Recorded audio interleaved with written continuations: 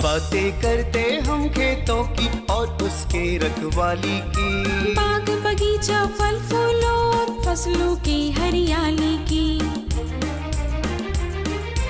हम बीजों की बातें करते उत्तम जल संसाधन की, हम तकनीकी बातें करते फसलों के उत्पादन की।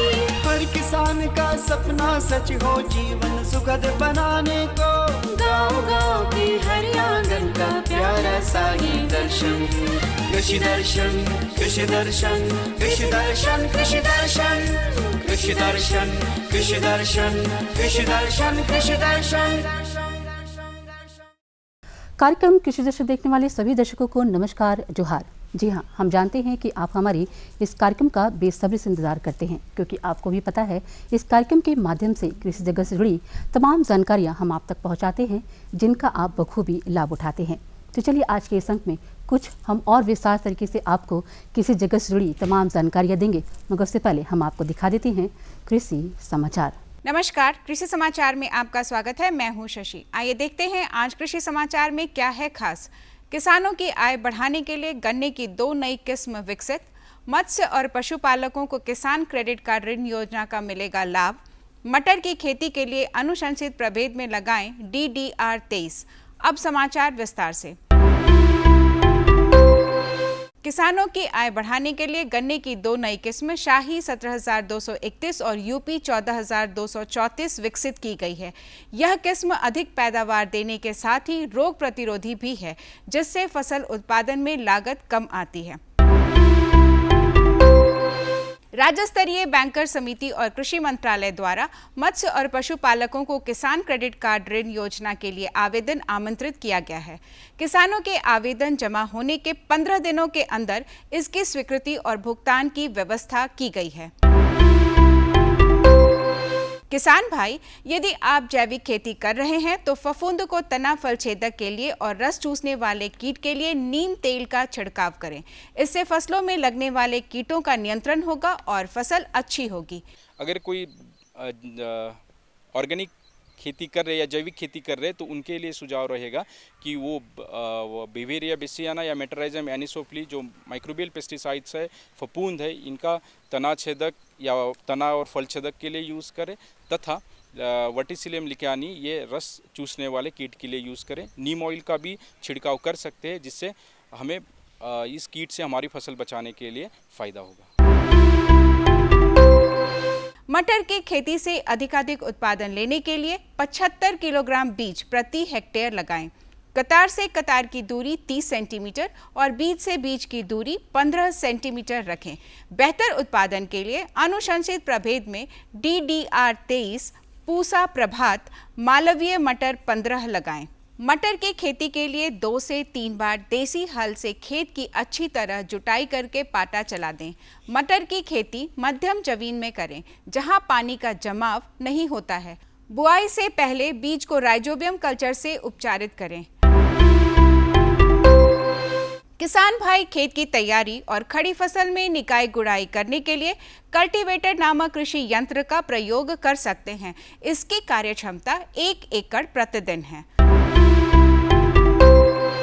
आज की विशेष जानकारी है बैंगन फसल में पत्तियों से रस चूसने वाले कीट माहो और माइट के रोकथाम के बारे में। बैंगन फसल में पत्तियों से रस चूसने वाले कीट माहो और माइट के रोकथाम के लिए नीम निर्मित दवा 5% 2 से 3 बार फसल पर छिड़काव करना चाहिए।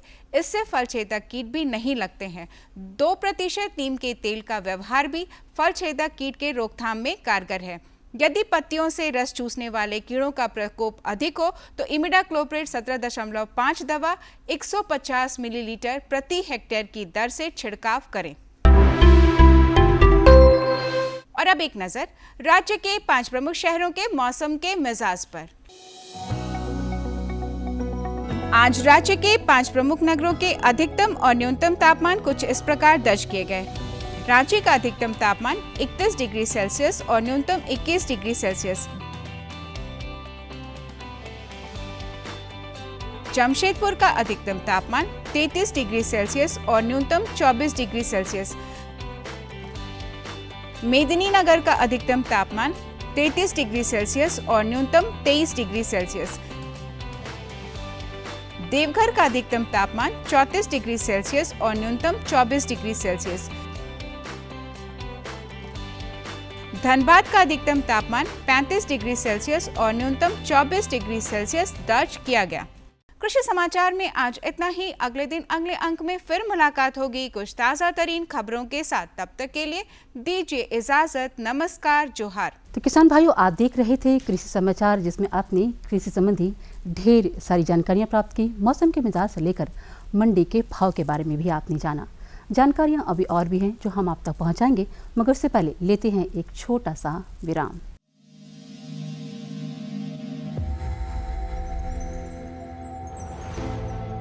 आत्मनिर्भर किसान भारत की शान।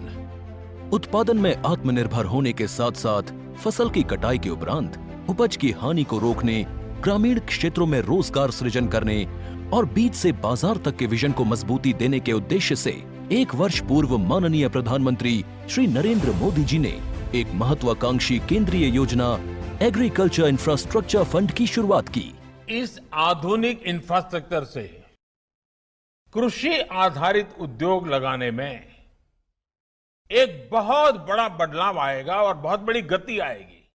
साथियों, अब हम उस स्थिति की तरफ बढ़ रहे हैं जहां गांव के कृषि उद्योगों से फूड आधारित उत्पाद शहर जाएंगे और यही तो आत्मनिर्भर भारत अभियान का संकल्प है।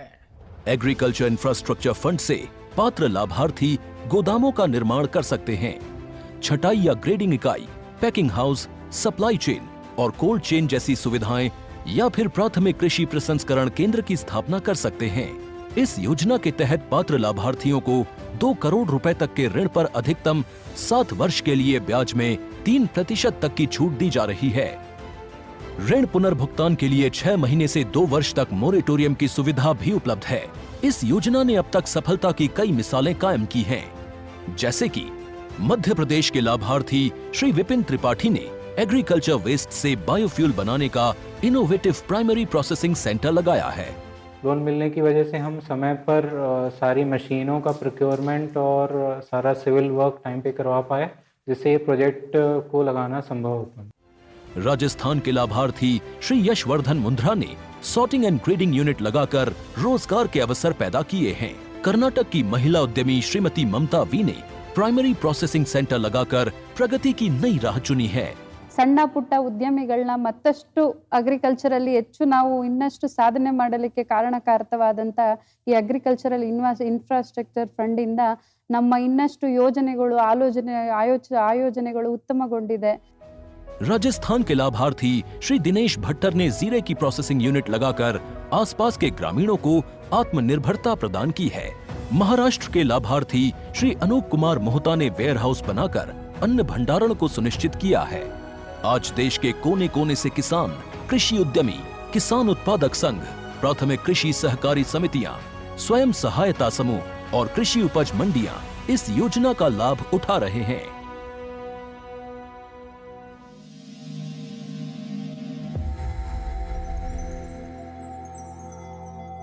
अगर फसलों में सूक्ष्म पोषक तत्वों की कमी हो जाए तो हमें उनकी गुणवत्ता में भी कमी दिखती है और मंडी में इसका सही भाव भी नहीं मिल पाता है।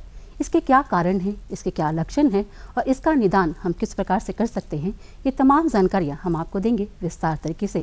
तो चलिए इसी के बारे में हम आपको देते हैं विस्तार तरीके से जानकारी और इसके लिए हम आपको सीधे ले चलते हैं अपने विशेषज्ञ के पास। किसान भाइयों, आज हम बात करेंगे सूक्ष्म पोषक तत्वों की कमी और उससे लक्षण जो उभर कर आते हैं और उससे फसलों को किस तरह से नुकसान पहुंचता है इसके बारे में। और इस महत्वपूर्ण विषय पे जानकारी देने के लिए हमारे साथ विशेषज्ञ हैं डॉक्टर रेशमा सिंधे। जैसा कि आज का हमारा विषय है कि जो सूक्ष्म पोषक तत्व हैं उसकी कमी और उसके लक्षण और साथ साथ उसके उपचारों की बात करेंगे। तो सबसे पहले तो हमारे किसान भाइयों को बताइए कि जो सूक्ष्म पोषक तत्व हैं वो हैं क्या और किस रूप में मिट्टी को मिलते हैं। जैसे कि हमें बढ़ने के लिए सारे पोषक तत्वों की आवश्यकता होती है, उसी तरह पौधे को भी अपना जो भी वृद्धि करना है या जीवन चक्र चलाना है तो उसको सारे पोषक तत्वों की ज़रूरत होती है। उसके लिए 17 पोषक तत्व होते हैं जो बेहद ज़रूरी है। उसके बिना एक की भी कमी से वो अपना जीवन चक्र ठीक से पूर्ण नहीं कर पाता है।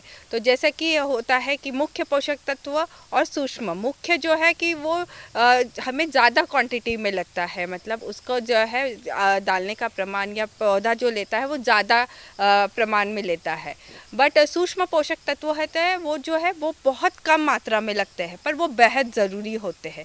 किसी एक सूक्ष्म पोषक तत्व की कमी से जो भी है फसल का जीवन चक्र ठीक से नहीं होता है, उसकी उपज ठीक से नहीं होती है या फिर उसकी बढ़ोतरी भी अच्छे से नहीं होती है, उसका प्रजनन भी ठीक से नहीं हो पाता है। इसलिए सूक्ष्म पोषक तत्व बेहद ज़रूरी है। जितने मुख्य पोषक तत्व है उतने ही सूक्ष्म पोषक तत्व। तो 7 प्रकार के सूक्ष्म पोषक तत्व होते हैं, जैसे iron, copper, manganese, zinc, molybdenum और क्लोरीन। तो इसमें से जैसे कि हमारी आम्ल मिट्टी है, हमारे आम्ल मिट्टी में आयरन और मैग्नीज जिसका प्रमाण बहुत ज़्यादा है, बट हमारे जो मिट्टी में है बोरॉन की कमी ज़्यादातर पाई जाती है और जिंक की। तो हमें बहुत सी फसलों में इनका उपयोग करना पड़ता है। लेकिन अगर बात करें कि जो न्यूट्रिशंस है, जो माइक्रो न्यूट्रिशंस है, उसकी कमी से जो लक्षण उभर कर आते हैं सब्जियों में, वह किस तरह के हैं? अगर खासकर मुख्य फसल झारखंड की बात करें, जहाँ पे कि रबी या खरीफ में या इसके अलावा जो सब्जियां लगाते हैं, कैसे वो लक्षणों को पहचाने कि उनकी मिट्टी में पोषक तत्व की कमी हो रही है? जैसे कि किसी भी पोषक तत्व की कमी होगी तो पौधा उसका लक्षण दिखाता है, मतलब पौधा सूखता है, कुछ होता है। तो ख़ास तौर के जो सूक्ष्म पोषक तत्व है उसकी जो कमियां हैं, उसकी कमियों के लक्षण हैं हमें पौधे की नई पत्ती या उगने वाली जो पॉइंट होता है जिसको हम ग्रोथ पॉइंट कहते हैं, वहाँ पे दिखता है। तो नई पत्तियाँ जो और पुरानी पत्तियों में हमें मुख्य तौर से तो मुख्य पोषक तत्वों की कमी दिखती है। तो हमें देखना है कि पौधे की कहाँ पे कमी, मतलब पौधा कहाँ, जब नई पत्तियों में जब पीला पड़ता है, किसी का शीरा मतलब हरा रह के वो पीला हो रहा है, या इस पे ध्यान देना है। तो हम एक एक करके मैं आपको बताती हूँ कि कुछ सूक्ष्म पोषक तत्वों में पत्तियों पे कैसे लक्षण दिखते हैं। जैसे अगर जिंक की कमी होगी तो आप देखोगे कि वो नई पत्तियों में जिंक की कमी दिखती है, और पत्तियां है जो उसके शीरा जो होता है हरा रहता है और बीच का जो पत्तियों का पार्ट होता है वो पीला पड़ने लगता है, और पत्तियों पे कुछ धब्बे भी दिखते हैं, जैसे कि भूरे रंग के धब्बे आने लगते हैं। तो हमें समझना है कि जिंक की कमी है। और जैसे बोरॉन की कमी होगी तो आप देखेंगे कि जो फूल अपना पौधा जब फूल कम आ रहा है या परागण उसका ठीक से नहीं हो रहा फ्लावरिंग के समय में, फ्लावरिंग के समय, या फिर जैसे कि आप देखेंगे जब पौधा बढ़ रहा है तो उसका जो ग्रोथ पॉइंट है वो सूख रहा है या फिर मुरझा रहा है। जो ग्रोथ पॉइंट है, बोरॉन की कमी का सबसे अच्छा जो पहचाने के लक्षण है कि जो भी ग्रोथ पॉइंट में जो भी डिफरेंस हो रहा है, मतलब नॉर्मल ग्रोथ से सूख रहा है या फिर वो मुरझा रहा है, नीचे की ओर जा रहा है फूल, फिर बाद में अगर जब फूल आने लगे तो आप देखें कि फूल भी ठीक से नहीं आते जितने आने चाहिए, उसका पॉलिनेशन ठीक से नहीं हो रहा है, फ्रूट सेट नहीं हो रहा है, या पौधा को फल लग के वो झड़ रहा है, तो वो बोरॉन की कमी होती है। तो आप और फिर जो आयरन मोलिब्डेनम है, मोलिब्डेनम में जो है अपना गोभी वर्गीय जो फसल है उसमें हम मोलिब्डेनम की कमी ज़्यादा पाते हैं। तो मोलिब्डेनम में भी जब कमी होती है तो उसका जो पुराना मतलब नया और पुराने पत्तियों के बीच में जो आती है पत्तियाँ, वहाँ पे देखेंगे वो सुकड़ने लगती है, पीली पड़ने लगती है, और जो गोभी वर्ग का फूल का जो है वो उसका जो कर्ड बनता है या वो गोभी बनता है वो ठीक से नहीं बन पाता है, तो वो मोलिब्डेनम की कमी। उसमें कई बार देखा जाता है कि कलर डिफरेंस भी आ जाता है मैडम। हाँ, कलर जैसे कलर डिफरेंस बैंगनी कलर का होगा तो वो फास्फोरस का डेफिशिएंसी होता है, मुख्य पोषक तत्व की कमी है वो, और इसके लिए हमें जो है स्प्रे करने होते हैं। तो जैसे अगर बोरॉन की डेफिशिएंसी होगी तो जैसे हमारा टमाटर, बैंगन या फिर जो भी सब्जी वाले फल होते हैं, मिर्च, ओकरा या भिंडी, ये इनमें अगर बोरॉन की कमी होगी तो आपको 20 ग्राम सल्बोर या फिर बोरॉन 20 मिलता है बाज़ार में, वो प्लस 100 ग्राम यूरिया प्लस 20 ग्राम आप है ना शैम्पू या टेफॉल या यूज़ करके 20 लीटर पानी में इसका घोल बना के इसको है ना 10 दिन के अंतराल में 3 बार पौधे पे छिड़काव करना चाहिए। अगर जो कंदवर्गीय फसल cole crops, cucurbits, cabbage, cauliflower ये जो होते हैं तो उनके लिए जो है हमें 20 ग्राम बोरॉन या फिर सॉल्बोर लेना है, उसमें 2.5 ग्राम अमोनियम मॉलिब्डेट भी डालना है। 2.5 ग्राम अमोनियम मॉलिब्डेट लीजिए, प्लस जो भी शैम्पू या टेफनॉल है 20 ml, और प्लस इसका घोल बना के 20 लीटर पानी में इसका घोल बना के 10 दिन के अंतराल में हमें छिड़काना है। तो जैसे कि ट्रांसप्लांटेड प्लांट होगा तो वो जैसे ही 10 या 15 दिन का हो जाएगा, आप इसका 3 बार छिड़काव कर दीजिए। तो आपसे ये भी जानना चाहेंगे, चूँकि केमिकल बेस्ड फार्मूला जो है या इस तरह के उपाय जो हैं, खासकर झारखंड में जिस तरह की परिदृश्य है जहाँ पे कि किसानों के पास में क्रय शक्ति बहुत कम है और इस तरह के जो फर्टिलाइज़र है वो खरीद के नहीं डाल सकते, तो लोकल लेवल पे हमारे पास किस तरह के रिसोर्सेज हैं जिनके माध्यम से जो सूक्ष्म पोषक तत्व हैं उसकी कमी की भरपाई कर सकते हैं किसान भाई? इन शॉर्ट जो भी जैविक खाद है, जैसे कि हम ग्रीन मैन्यूअल हरी खाद है, हरी खाद का इस्तेमाल करके FYM, काऊ डंग, और सबसे है कि आप यहाँ पे है ना हर कोई है ना अपना फसल अवशेष निकाल के जला देता है या निकाल के फेंक देता है, पर अगर यही फसल अवशेष हम अपनी मिट्टी में डालें तो हमारी मिट्टी में है ना जो सूक्ष्म पोषक तत्वों की कमियाँ हैं वो कम होती जाएगी। मतलब वो जैसे जैसे आप 2, 4, 5 साल कंटिन्यूसली फसल अवशेष डालती जाएंगे तो आप देखेंगे कि आपके इसमें कोई भी कमी नहीं रहेगी। लेकिन जो नेचुरल फसल अवशेष हैं जिनको कि आप कह रही हैं खेतों में डालने के लिए, उसमें सावधानी किस तरह की रखें? क्योंकि यहाँ पे जो कच्चा गोबर है उसको भी खेतों में डालते हैं। हाँ, कच्चा गोबर नहीं डालना है, क्योंकि कच्चा गोबर से क्या होता है, जो सूक्ष्म जीव होते हैं वो उसे ठीक से खा नहीं पाते हैं। तो जैसे जाता कि कच्चा गोबर में गर्मी ज़्यादा होती है तो वो मर जाता है या वो तो इसीलिए हमें 10-15 दिन का पुराना गोबर या सड़ा हो वो हमें यूज़ करना चाहिए वर्मी कंपोस्ट बनाने के लिए। और जो कच्चा गोबर है उसमें इतने पोषक तत्व नहीं होते हैं कि जो प्लांट ले पाए, तो इसको जब हम कन्वर्ट करते हैं खाद में तो वो जो भी उसमें पोषक तत्व जो है जो पौधा ले पाता है उस रूप में वो चेंज हो जाता है। इसलिए कच्चा खाद या फिर जो भी फसल अवशेष है अगर हम उसको खाद में कन्वर्ट करें, उसको हमें 2 से 3 महीने लगते हैं वर्मी कंपोस्ट के लिए।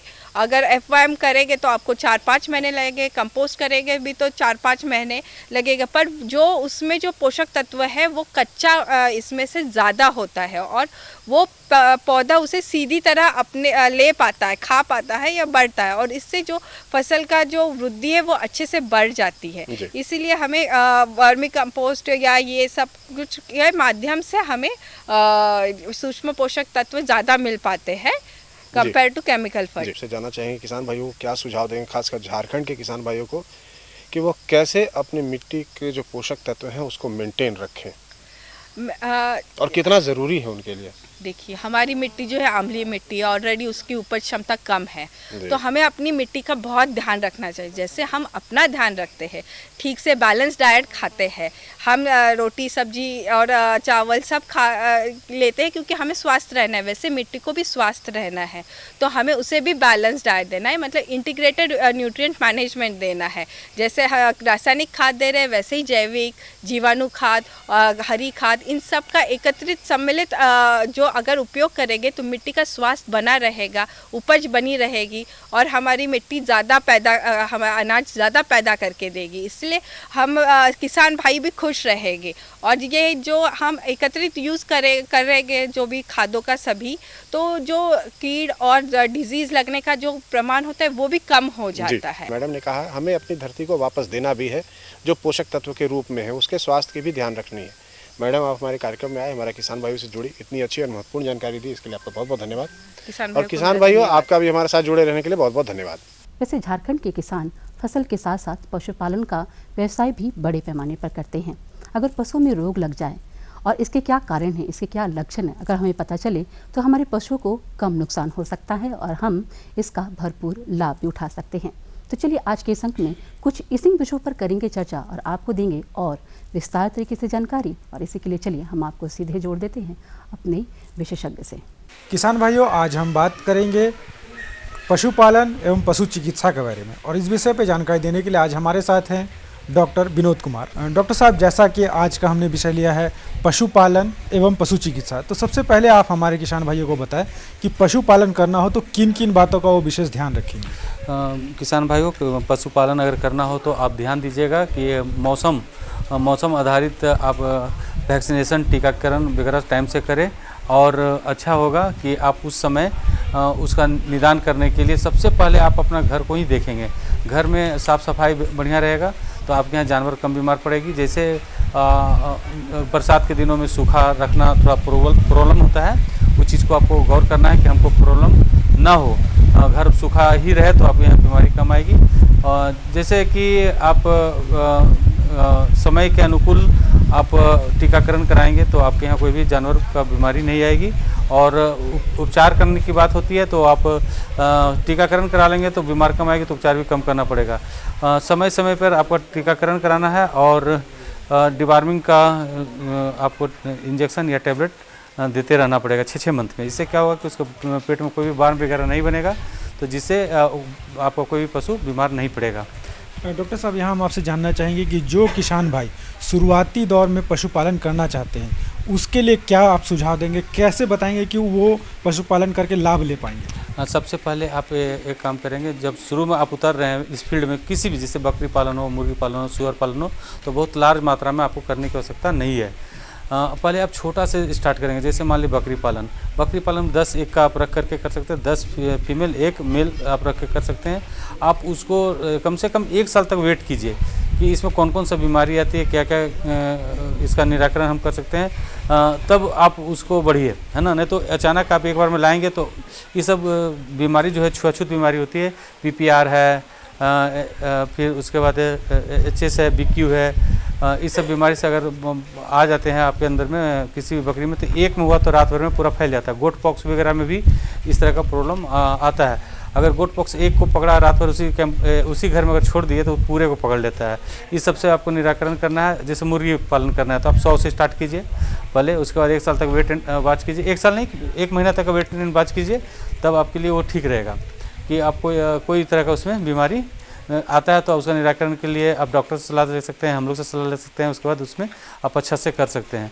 उसके बाद गाय पालन भी आप उसी समय अच्छा से कर सकते हैं जब आपको 2 गाय से स्टार्ट कीजिए, फिर वो जब बिसकने लगती है तब फिर 2 गाय ला करके कीजिए तो उससे अच्छा रहेगा।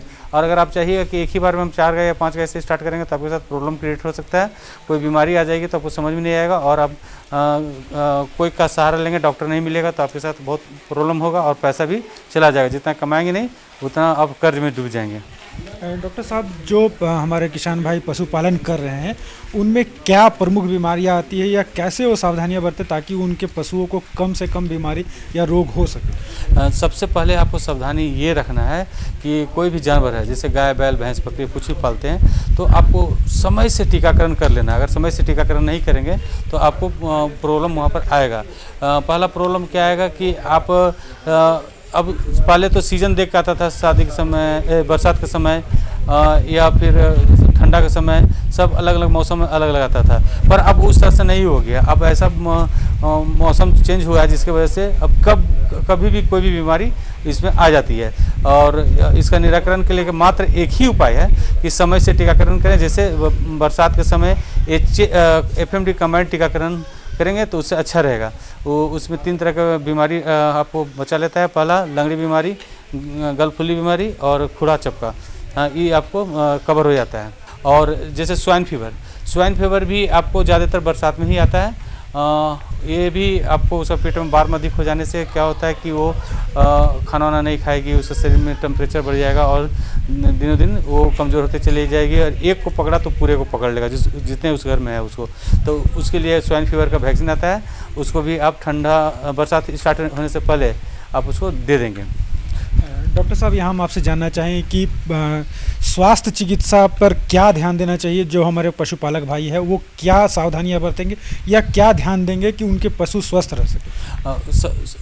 पशुपालक भाई आप लोग ध्यान दीजिएगा कि सबसे पहले उसके घर को आप साफ़ सुंदर रखें, किसी तरह का कोई गंदगी उसमें न रहने दें, सूखा रखें, तो आपके यहाँ कोई बीमारी अटैक नहीं करेगी।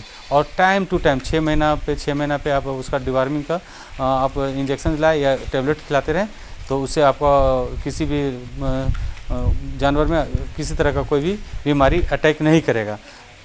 और इसको आपको ध्यानपूर्वक रखना है, नहीं तो फिर आप नहीं, उसके बाद जैसे डिवार्मिंग का आप खिलाते हैं उसके बाद 1 सप्ताह के अंदर में आप टीकाकरण करा लीजिए। जैसे FMD कमांड हुआ, PPR गोट के लिए हो गया, FMD कमांड गोट में भी आता है, और स्वाइन फीवर पिग में भी होता है। तो पिग को आप जब डिवार्मिंग का टेबलेट देते हैं उस समय उसको 1 सप्ताह के अंदर में फिर कर लेना रहता है, उससे आपका जानवर सब सुरक्षित रह जाता है। डॉक्टर साहब, चलते चलते आप हमारे किसान पशुपालक भाइयों को ये बताएं कि जो भी पशु में कोई बीमारी आ जाती है, जैसे थनैला रोग आ जाती है, तो इसका प्राथमिक उपचार वो कैसे करेंगे, कैसे उसको शुरुआती दौर पर ही रोकेंगे। सब देखिए, थनैला रोग हो जाती है तो आप सबसे पहले ध्यान दीजिएगा, घरेलू उपचार करना है तो मीठा सोडा होता है, जो हम लोग पुआ बनाते हैं उसमें फूलने में सहायक होता है। वो मीठा सोडा को हम लोग 100 ग्राम और गुड़ 100 ग्राम मिला करके हम उसको खिला देंगे, तो उससे क्या होता है कि उस थन में जो थनैला मारा है उससे बहुत सारा बैक्टीरिया निकल जाता है। और अगर उसको फिर ये भी करना है, पूरा झाड़ देना है, झाड़ने के बाद पेंसिलिन का ट्यूब आता है, वो पेंसिलिन ट्यूब हम अगर चढ़ा देते हैं तो उससे भी कम जाता है। कभी कभी अगर उससे भी कंट्रोल नहीं होता तो जेंटामाइसिन का इस्तेमाल करेंगे, जेंटामाइसिन 2 ml देंगे, वो चढ़ाएंगे उसके टीथ में, तो उससे भी कंट्रोल होता है। अगर फूल गया है थनैला में, क्या होता है कि एक में होता है, तो अगर ध्यान नहीं देंगे तो चारों में हो जाता है। तो घरेलू उपचार में आप यही कर सकते हैं कि आप मीठा सोडा 50 से 100 ग्राम के बीच में आप उसको गुड़ में मिला करके आप उसको खिला दें तो वो निकल जाती है। तो देखा किसान भाई, डॉक्टर साहब ने कितनी अच्छी जानकारी दी। डॉक्टर साहब, आप हमारे इस कार्यक्रम में इतनी अच्छी जानकारी दी, इसके लिए आपका बहुत बहुत धन्यवाद। किसान भाइयों, आपको प्रणाम, जोहार, नमस्कार। तो किसान भाइयों, आज के इस अंक में हमने आपको जो भी जानकारी दी है, हम आशा करते हैं उसका आप भरपूर लाभ उठाएंगे। अगले अंक में कुछ ऐसी ही विशेष जानकारी लेकर हम आपके सामने उपस्थित होते रहेंगे। जाते जाते हम चाहेंगे कि आप हमारा पता नोट कर लें, ताकि इस कार्यक्रम के माध्यम से कोई भी जानकारी लेना या देना चाहते हैं तो आप हमें इस पते पर संपर्क कर सकते हैं। तो जल्दी जल्दी हमारा पता नोट कर लीजिए। हमारा पता है कार्यक्रम कृषि दर्शन, कृषि प्रकोष्ठ द्वारा केंद्र निदेशक, दूरदर्शन केंद्र रातू रोड, रांची। टेलीफोन संख्या है 834-001। तो हमारे आपके खतों का रहेगा बेसब्री से इंतजार। अगले अंक में कुछ इन्हीं विषयों पर और करेंगे चर्चा और देंगे विस्तार तरीके से जानकारी। तब तक के लिए मुझे और कृषि धन की पूरी टीम को दीजिए इजाज़त। नमस्कार, जोहार।